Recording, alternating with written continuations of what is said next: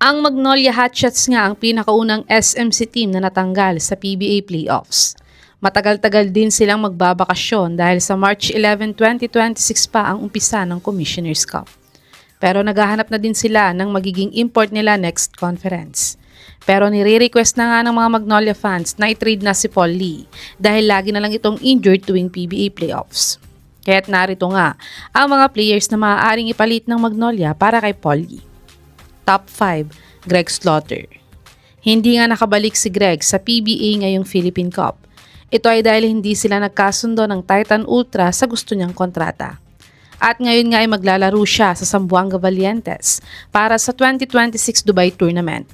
Pero ayon nga sa reports na to, ay gusto na daw makipag-usap ulit ni Slaughter sa Titan para sa possible PBA comeback niya next conference.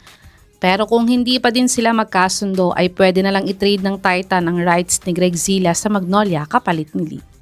Uma-average si Greg ng 15.7 points, 9.8 rebounds, 2.3 assists, 1.1 blocks, 67 field goal percentage at 80% free throw shooter sa kanyang last 2024 MPBL 6th season. Panoorin natin ang maikling mga game highlights ni Slaughter sa MPBL kung parehas pa din ba ang playing style niya sa dati.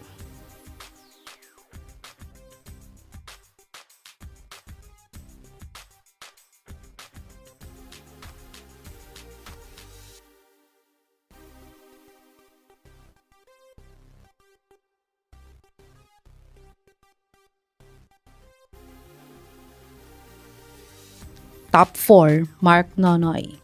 Si Nonoy nga ay isa sa mga rising star player ng Terra Firma Jeep. Pero medyo bumaba nga ang production niya sa Jeep ngayon dahil sa pagdating ng magkapatid na Hanmisi Brothers.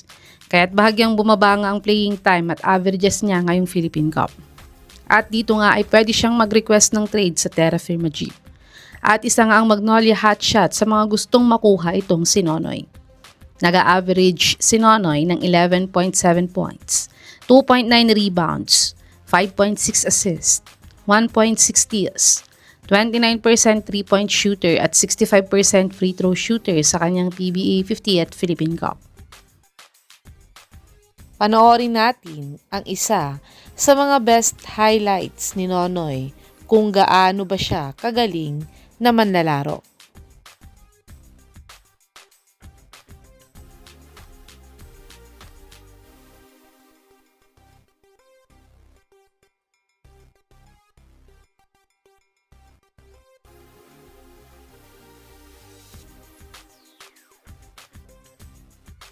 Top 3, Alex Stockton. Si Stockton nga ay isa sa mga star player ng Converge. Pero isa din siya sa mga madaming trade rumors ngayon sa PBA.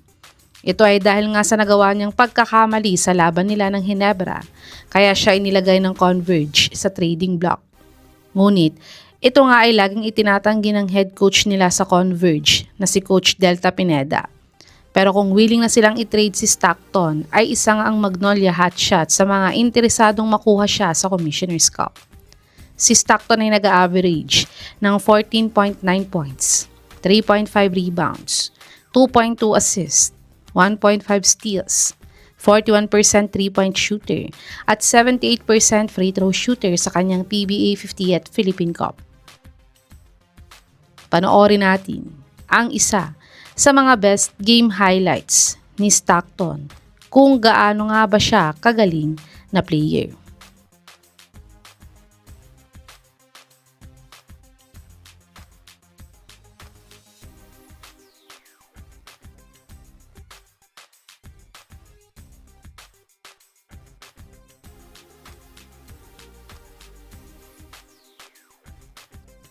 Top 2, Adrian Nukum.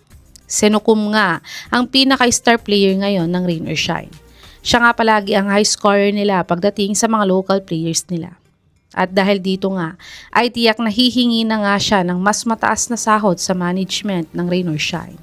Pero hindi nga kayang ibigay ng Rain or Shine ito ayon kay Coach Yeng dahil sumusunod lang daw sila sa tamang max salary ng PBA. Kaya't dahil dito nga ay pwede siyang magpa-trade sa ibang team gaya ng Magnolia kapalit ni Paul Lee. At ito ay nangyari na dati nang i-trade ng Magnolia ang aging James Giap sa rain or shine kapalit ng nasa prime pa lang na si Paul Lee. Si Nokom ay nag-average ng 14.5 points, 3.5 rebounds, 2.8 assists, 1.5 steals, 21% 3-point shooter, 58% free throw shooter sa kanyang PBA 50th Philippine Cup averages. Panoorin natin ang isa sa mga best game highlights ni Nokom kung gaano nga ba siya kagaling na player.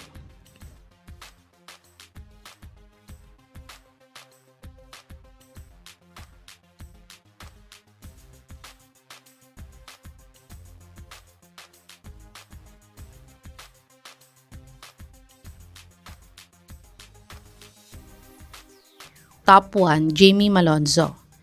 Si Malonzo nga ay free agent ngayon sa Japan dahil winave na siya ng team niya. At naglaro naman siya sa Gilas, Pilipinas para sa 2025 33rd SEA Games. At naging maganda nga ang stint niya sa Gilas dahil siya nga ang parang naging MVP ng Gilas sa tournament na to. Pero hindi pa din siya nakakabalik sa PBA ngayon kahit sinabi na ni Kume na pwede siyang makipag-usap sa mga governors para ma-lift ang 3 years ban niya sa PBA. Kahit ayon nga sa source na to, ay kung ayaw na daw sa kanya ng Barangay Ginebra, ay willing daw kunin ng former teammate niyang si Coach Tenorio, si Malonzo, sa Magnolia kung papayag si Boss Al Francis Chua.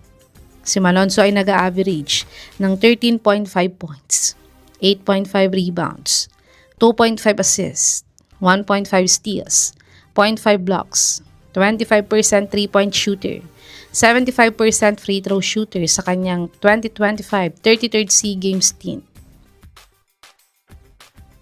Panoorin natin ang isa sa best game highlights ni Malonzo sa SEA Games kung magiging fit nga ba siya sa sistema ng Magnolia.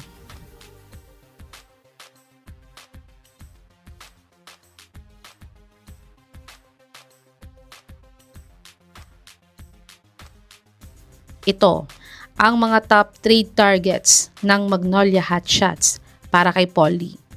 Sa tingin nyo mga kababos, dapat na bang matrade si Angas ng Tondo next conference at kanino nyo siya gustong matrade sa mga players na to? I-comment nyo na po yan sa baba.